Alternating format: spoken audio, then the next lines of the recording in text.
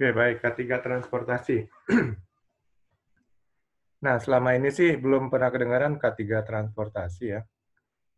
Karena dari Kemenaker juga, itu untuk urusan transportasi mungkin sudah berpikir itu wewenangnya Kementerian Perhubungan. Nah, sehingga untuk transportasi tidak dibuat K3 khusus.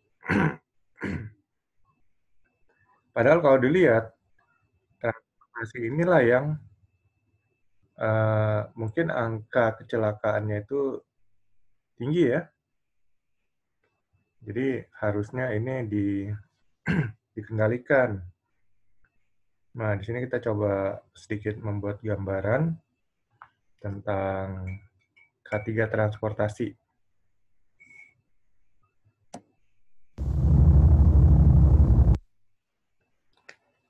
Transportasi adalah pemindahan manusia, benda, atau barang dari satu tempat ke tempat lainnya dengan menggunakan alat bantu, baik itu lewat daratan, laut, atau sungai, dan juga udara.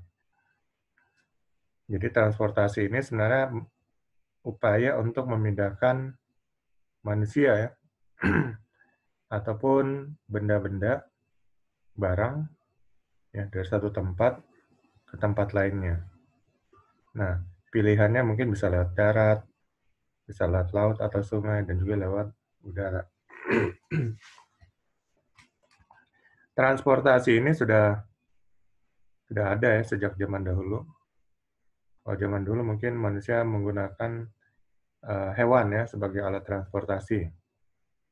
Seperti kalau di padang gurun itu kebanyakan menggunakan unta. Lalu kuda, ya, keledai. Dan hal ini berlangsung sampai ditemukannya kendaraan bermotor sekitar awal abad ke-19. Ya. Jadi semenjak ditemukannya mobil ya sekitar tahun 1800-an, maka manusia sudah meninggalkan transportasi dengan menggunakan kuda, unta maupun keledai. Dan kemudian transportasi untuk laut, ini juga sudah dari dulu ada ya. Transportasi laut itu dari zaman dahulu sudah ada. Dan kemudian dengan ditemukannya mesin uap oleh James Watt tahun 1760-an, maka transportasi laut ini semakin marak. Ya, kalau dulu orang mungkin menggunakan tenaga angin, jadi dengan menggunakan layar. Nah, saat sekarang orang sudah menggunakan tenaga mesin. Ya, dengan penemuan mesin uap, orang menggunakan mesin uap ya, sehingga perjalanan dapat dilakukan dengan lebih cepat tanpa tergantung dengan cuaca. Kalau mengandalkan angin, itu kalau anginnya lagi kencang ya mungkin kecepatannya bisa kencang. Tapi kalau anginnya lagi nggak ada atau pelan, ya jalannya pun kapal lautnya ya pelan ya. Tapi dengan menggunakan mesin, maka tidak tergantung udara, dan bahkan arahnya juga bisa dikendalikan dengan mudah. Nah, untuk transportasi udara, ini baru ditemukan sekitar awal abad ke-20 ya, tahun 1900-an ya, dengan penemuan konsep awalnya oleh Wright bersaudara. Jadi konsep terbang itu akhirnya bisa juga ditiru oleh penerus-penerusnya dan kemudian menciptakan pesawat udara. Dan sekarang teknologi pesawat udara sudah semakin canggih dan konsep keselamatannya juga sudah semakin baik. Transportasi memiliki bahaya dan risiko tinggi, namun regulasi masih belum diterapkan secara maksimal. Ya. Jadi khusus regulasi transportasi darat ya, Kalau transportasi laut dan udara mungkin sudah banyak standar-standar internasional. Jadi Indonesia pun mengacu kepada standar-standar internasional tersebut. Kalau laut kita mengacu kepada IMO ya. Kemudian kalau udara ada ya, apa saya lupa ya. Pokoknya udara itu lebih spesifik ya. Jadi mereka akan mengaudit fasilitas-fasilitas yang ada dan juga tenaga penerbangnya, manajemennya, semuanya diaudit. Dan kalau sudah lulus audit, ya itu akan diberikan sertifikat ya, pengakuan. Dan ini setiap tahun harus diaudit. Jadi untuk penerbangan, standar mutu dan keselamatannya memang benar-benar sudah sudah berlaku secara internasional. Di laut juga gitu ya. Nah, di darat, kita masih mengandalkan ketentuan-ketentuan peraturan dari Dirjen Perhubungan Darat. Yang baru diatur adalah tentang pengangkutan untuk B3 ya. Jadi untuk bahan berbahaya dan beracun. Jadi ada sertifikasi untuk drivernya ya. Dan kemudian ada pembatasan-pembatasan untuk transportasi darat untuk bahan B3, bahan berbahaya dan beracun. Nah, untuk yang lainnya, itu masih belum dikendalikan. Bahkan untuk defensive driving training, ya ini juga masih belum diterapkan. Masih perusahaan-perusahaan aja yang mengatur untuk training defensive driving. Sedangkan untuk untuk umum ya belum diatur. Kami sudah memberikan masukan-masukan ya, menawarkan kerjasama dengan pihak Polres, tapi ya belum ada respon positif. Itu setiap orang yang akan membuat SIM itu diberikan pelatihan defensive driving. Kalau di Australia sudah diberlakukan ya, jadi setiap orang yang mengajukan permohonan untuk membuat surat izin mengemudi, itu setelah lulus diberikan pelatihan defensive driving. Defensive driving ini bukan untuk melatih skill mengemudi, tapi melatih kebiasaan untuk mengemudi dengan aman dan selamat. Ya. Jadi kebanyakan orang berpikir defensive driving ini training untuk mengemudi, enggak, salah. Ya. Defensive driving itu bukan untuk mengemudi, itu diberikan kepada orang yang sudah bisa mengemudi. Ya.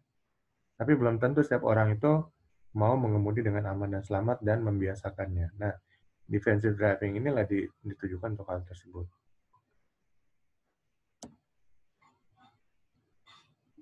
Ya, ini jenis-jenis transportasi darat. Ada sepeda motor, mobil. Mobil juga berjenis-jenis, ada bis, ada mobil penumpang biasa. Lalu ada truk. Kemudian ada kereta. Ada kereta api, ada kereta listrik.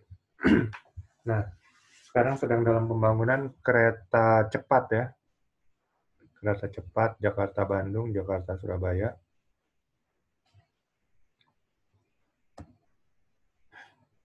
Dan ini transportasi darat di perkotaan.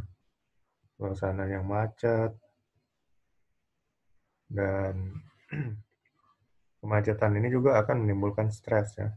Dan itu berujung pada mungkin munculnya penyakit-penyakit bawaan lainnya nanti. Ini transportasi laut ya, kapal penumpang. Kapal pelni. Jadi bisa menampung hingga 1.500 penumpang.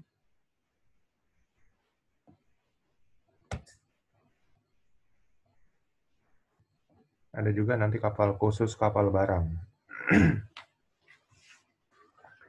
Kalau kapal penumpang ya, kapal laut penumpang saya sudah pernah naik. Kapal khusus barang juga pernah naik ya. Ya karena dulu mau ke Pontianak, nggak ada kapal penumpang khusus, akhirnya naik kapal barang dari Jakarta. Ya. Jenis transportasi. Transportasi menurut sumber daya dibagi menjadi dua, yaitu transportasi publik dan transportasi pribadi. Ya, jadi ada publik, ini layanan jasa transportasi yang disediakan untuk umum dengan membayar harga tertentu. Sedangkan transportasi pribadi adalah upaya perpindahan tempat dari satu tempat ke tempat lainnya dengan menggunakan sumber daya pribadi. Ya. Jadi menggunakan uang sendiri, kemudian beli bahan bakar sendiri, pakai kendaraan sendiri, itu transportasi pribadi. Tapi kalau umum, kita hanya tinggal membayar sejumlah uang ya sesuai harga yang sudah ditentukan, maka kita tinggal naik kendaraan yang sudah disediakan ya dengan layanan sesuai yang sudah ditentukan dan sampai di tempat tujuan. Itu umum ya. Kemudian transportasi menurut caranya dibagi menjadi tiga, yaitu ada transportasi darat, laut atau sungai, dan juga transportasi udara. Nah, kalau transportasi laut dan udara, ini kebanyakan umum, jangan yang pribadi. Ada juga yang pribadi, ya. Tidak banyak. Kalau darat, ya yang pribadi lebih banyak yang dibandingkan dengan transportasi umum. Risiko transportasi. Transportasi umum memiliki resiko yang umumnya dikendalikan oleh perusahaan penyedia layanan transportasi. Jadi mereka menyediakan alat-alat pelindung, ya, dan kemudian asuransi mungkin. Sedangkan transportasi secara pribadi, bahaya dan resiko bisa dikendalikan sendiri ya, dan juga ditanggung sendiri gitu. Namun khusus transportasi laut dan udara di mana harga alat transportasinya cukup mahal, maka sangat jarang dilakukan secara pribadi. Jadi untuk transportasi laut, sungai atau udara, sebagian besar disediakan oleh penyedia jasa layanan transportasi umum publik.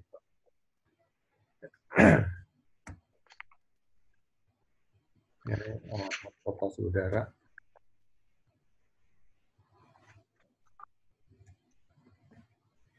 Sumber bahaya. Transportasi publik, ini sumber bahayanya ada pada manajemennya ya. Baik itu manajemen aset, manajemen keuangannya, dan manajemen sumber daya manusianya. Jadi kalau manajemennya buruk, dalam arti kurang pengawasan, ya, kemudian dana budgetnya untuk mengelola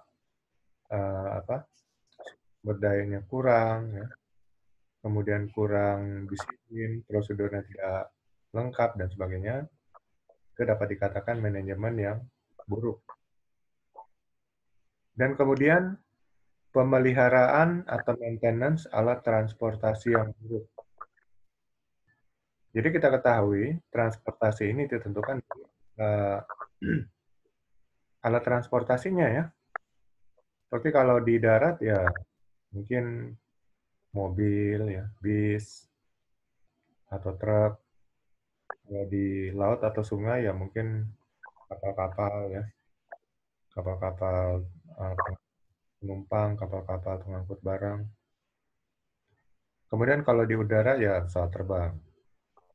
Nah, sekarang yang menjadi pentingnya juga adalah maintenance atau pemeliharaan alat transportasi tersebut.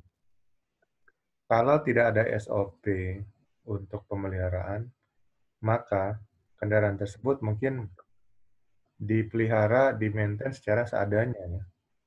Jadi hanya pas ingat atau pas ada masalah, ya, kerusakan, baru akan di-maintenance. Ya, ini merupakan satu sistem pemeliharaan atau maintenance yang buruk. Dan akan mudah sekali terjadi insiden ya.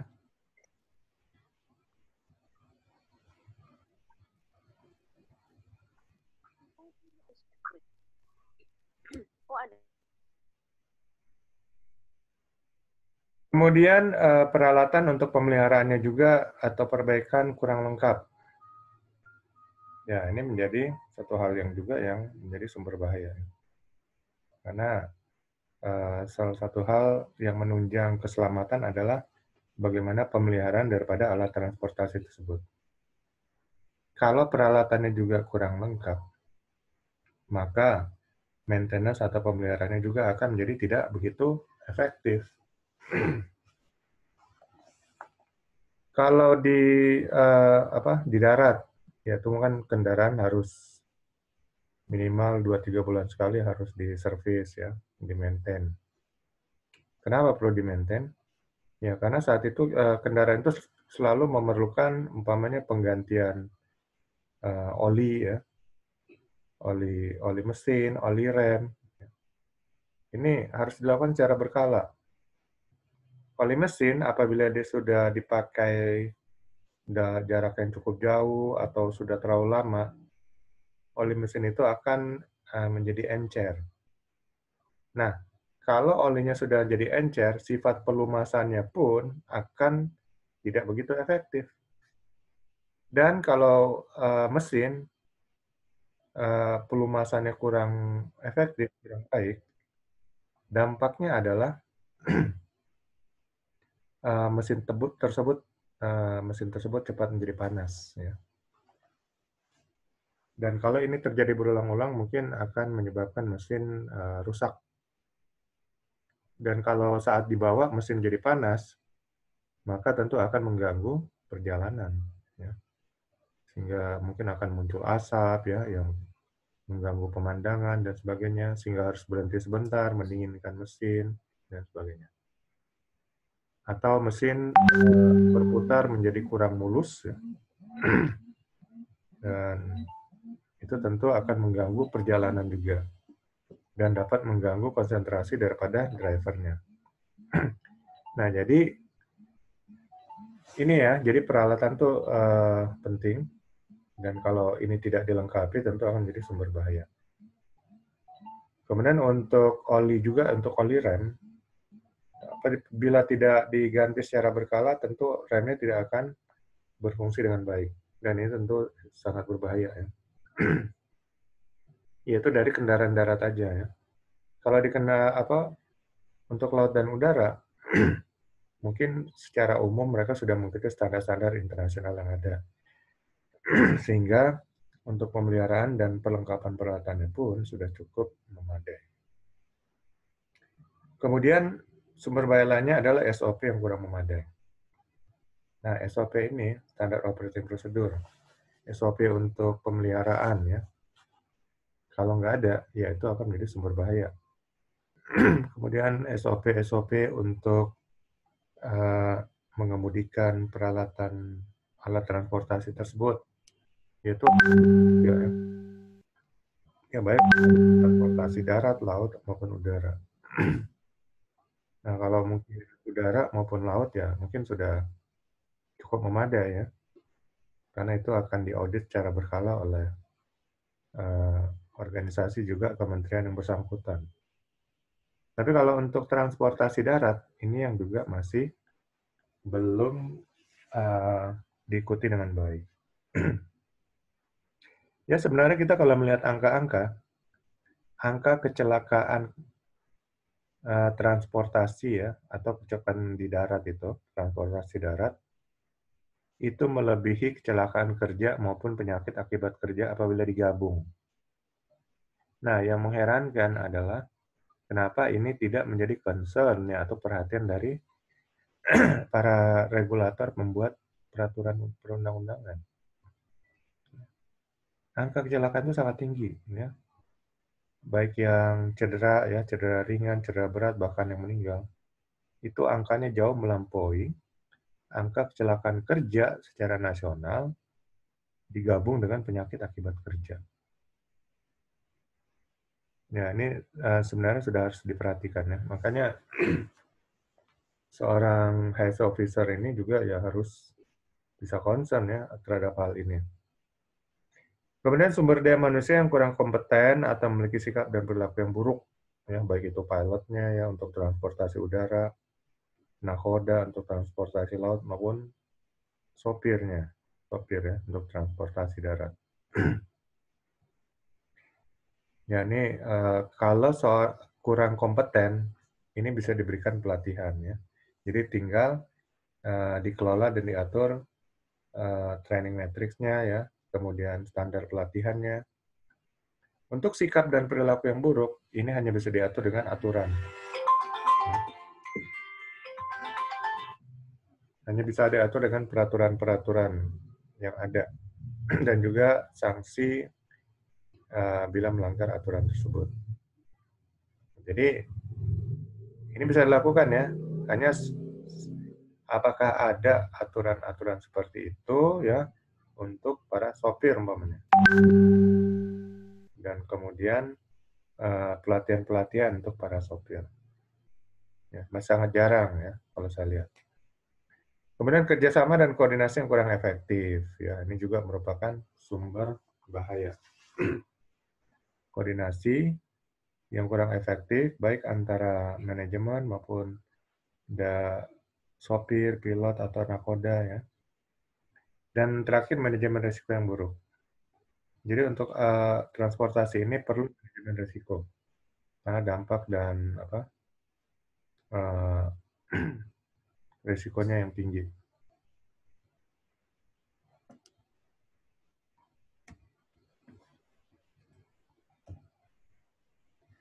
Untuk transportasi pribadi, ya kalau ini tadi transportasi publik ya.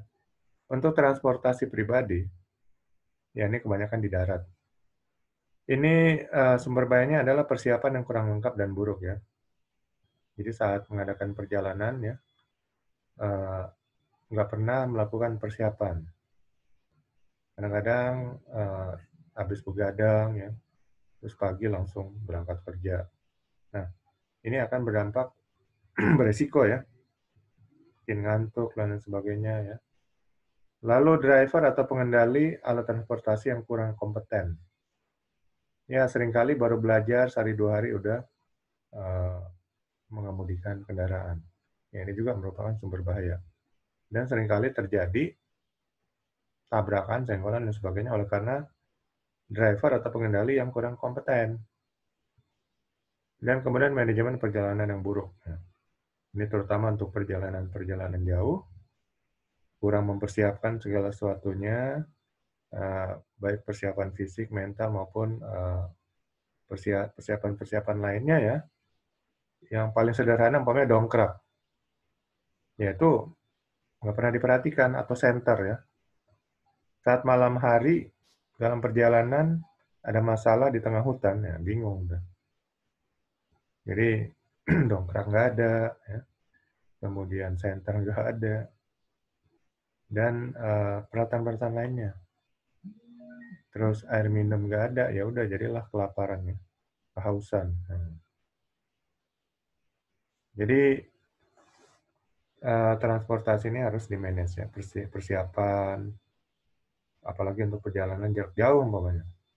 Agar menghindari ya, kita nggak hanya selalu berpikir tentang kecelakaan, tapi juga hal-hal yang dapat mengganggu perjalanan. Kecelakaan atau insiden. Untuk transportasi darat, ini biasanya menabrak ya, atau ditabrak atau tertabrak.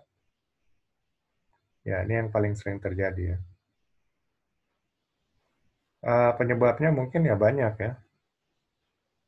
Penyebabnya bisa karena mengantuk, bisa karena fatigue atau kelelahan, bisa karena kurang konsentrasi,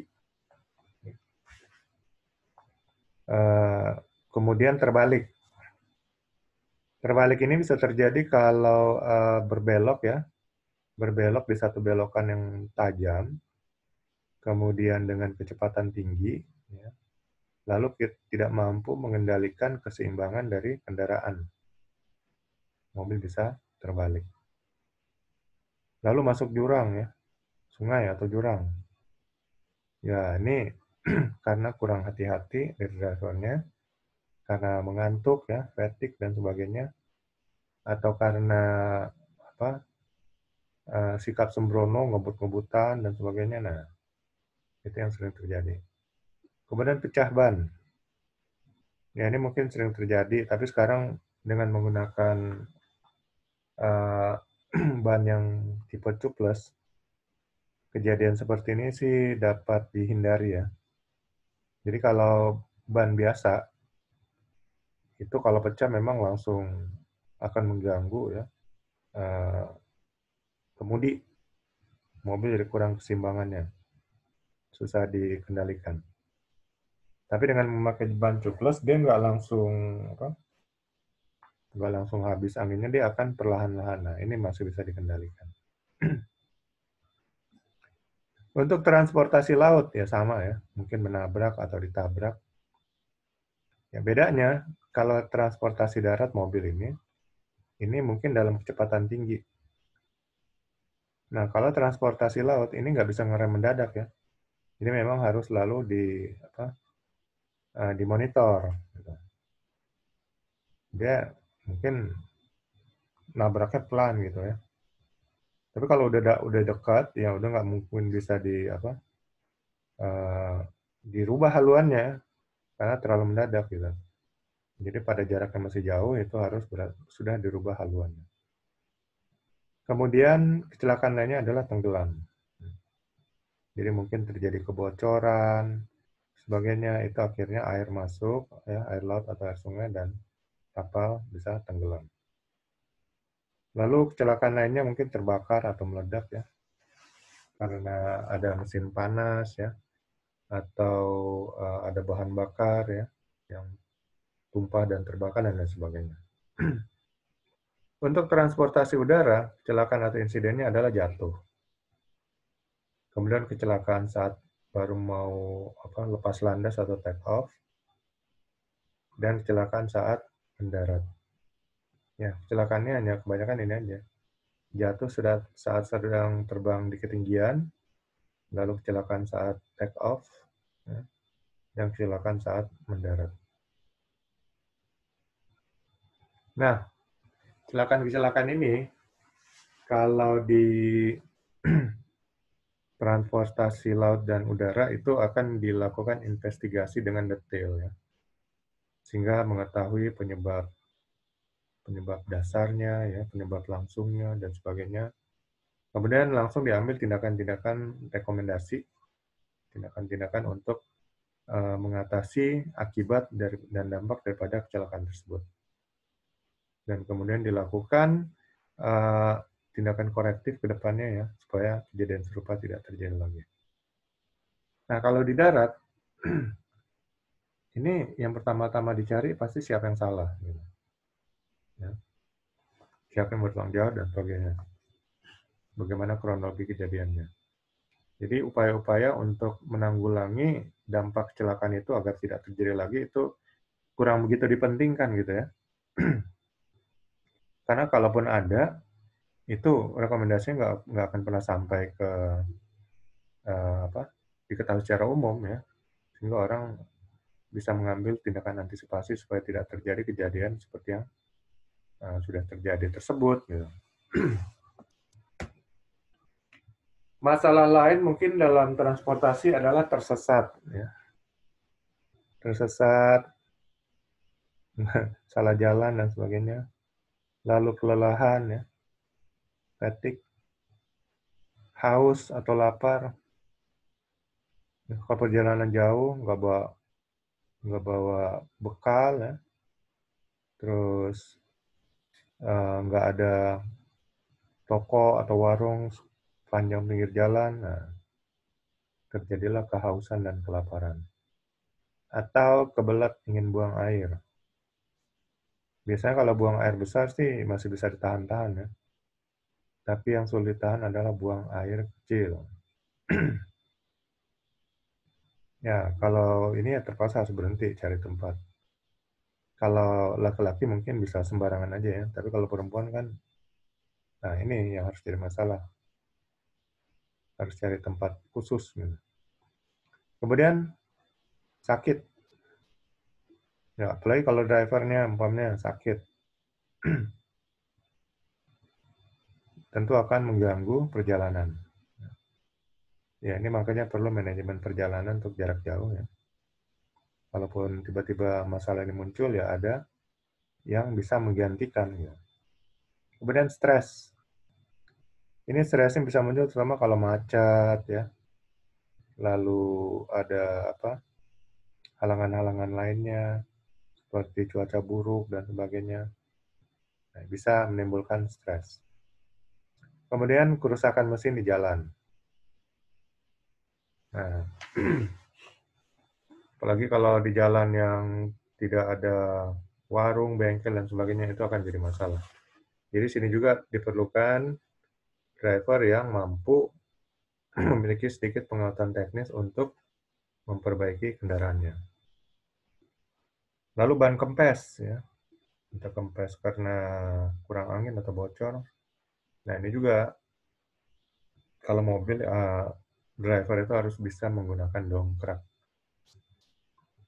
Dan jangan lupa selalu untuk ada dongkrak di kendaraannya. Lalu masalahnya ada penghadangan ya. Ini sudah masalah kriminal. Dan ya ini harus bisa diatasi ya. Bagaimana mungkin nomor darurat polisi setempat sudah siap gitu. Dan lain-lain masalah lainnya. Ini kita baru bicara dari transportasi darat. Kalau transportasi laut dan udara, untuk tersesat nih kayaknya mungkin jarang ya, karena para pelaut itu sudah dilengkapi dengan kemampuan untuk membaca kompas ya, kemudian membaca cuaca, membaca apa, bintang, dan petunjuk-petunjuk lainnya. Sehingga secara alami mereka sudah memiliki kemampuan yang cukup ya, membaca arah sinar matahari dan sebagainya ya. Kalau di udara itu juga peralatan penunjuk arahnya sudah kompas segala macam ya. Kemudian radio komunikasi sudah cukup lengkap teknologi, sehingga untuk tersesat jarang. Tapi mungkin masih ada juga ya.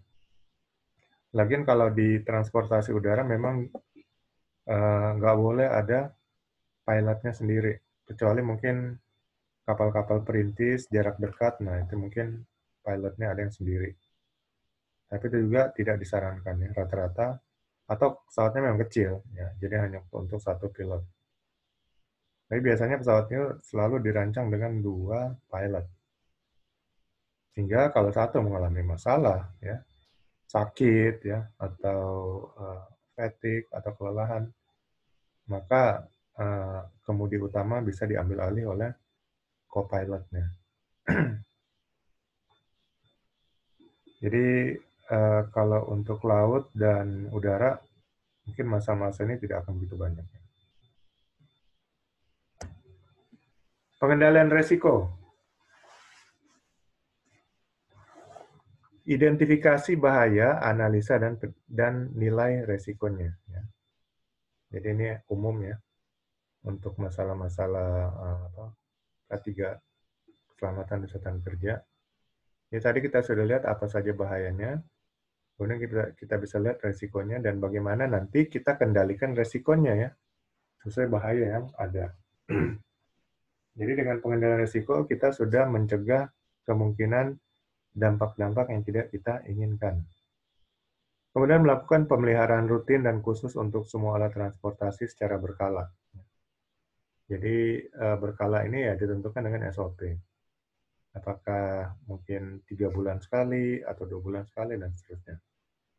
Kemudian pengemudi alat transportasi dilatih secara khusus dan efektif dan memastikan hanya yang qualified ya atau kompeten bisa menjalankan kendaraan. Ya, qualified, kompeten dan juga memenuhi unsur kesehatan ya, layak untuk melaksanakan menjalankan kendaraan.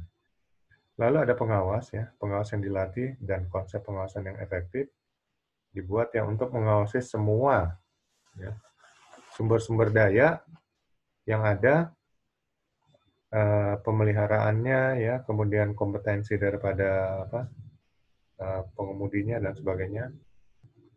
Jadi pengawas ini akan benar-benar memperhatikan.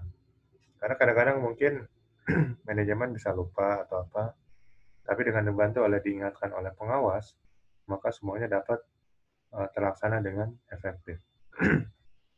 Lalu sediakan SOP dan aturan serta kebijakan yang efektif untuk pengendalian dan pencegahan risiko yang ada. Jadi standar operating procedure ya, tiap aktivitas, mulai dari aktivitas pemeliharaan, aktivitas mengemudi, dan sebagainya, ini lengkap ya. Dan ini juga akan menjadi bagian dari tugas dari pengawas untuk mengawasinya ya. Apakah semuanya dijalankan sesuai dengan SOP atau enggak. Kemudian ikuti regulasi pemerintah dan regulasi internasional dan terapkan dengan efektif.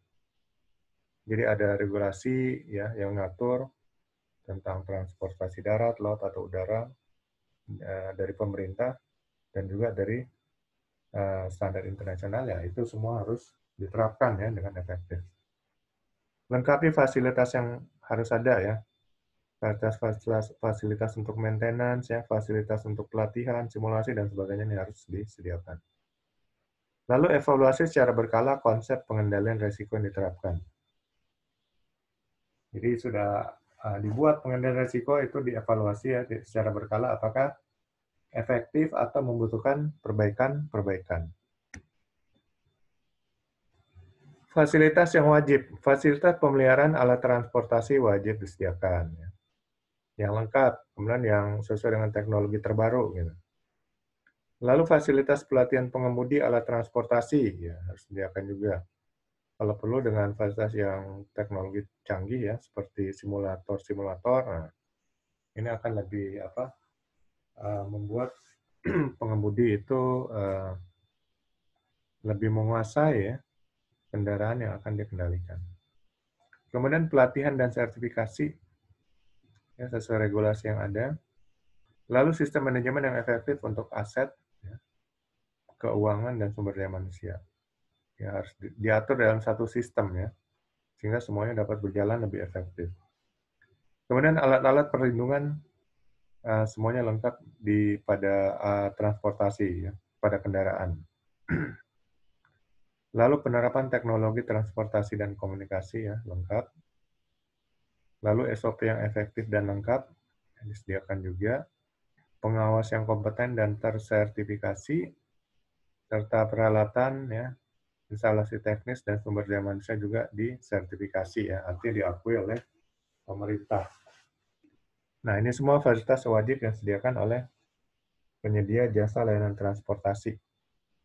Kita bicara ini untuk transportasi umum ya.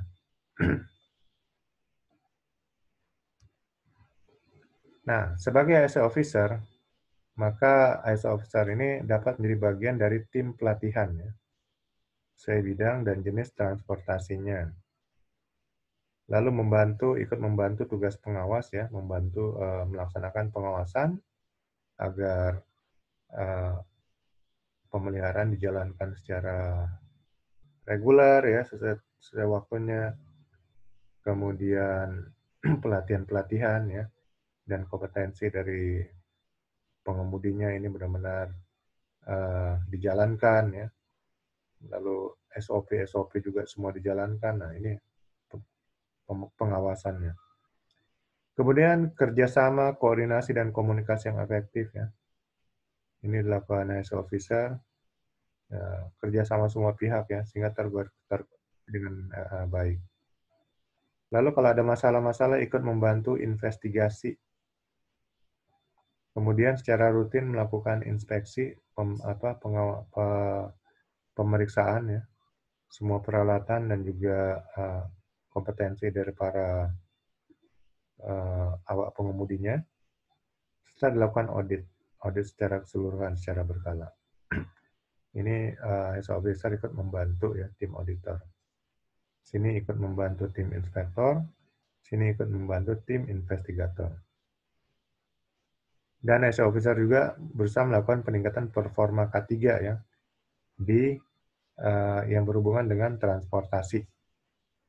Sehingga keselamatan dan kesehatan kerja itu semua terjaga ya. Baik bagi pengemudinya, bagi manajemennya ya, dan bagi orang-orang yang terlibat dalam industri transportasi tersebut.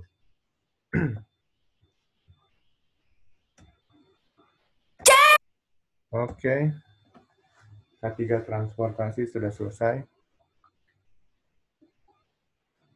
Silakan kalau ada masukan atau pertanyaan.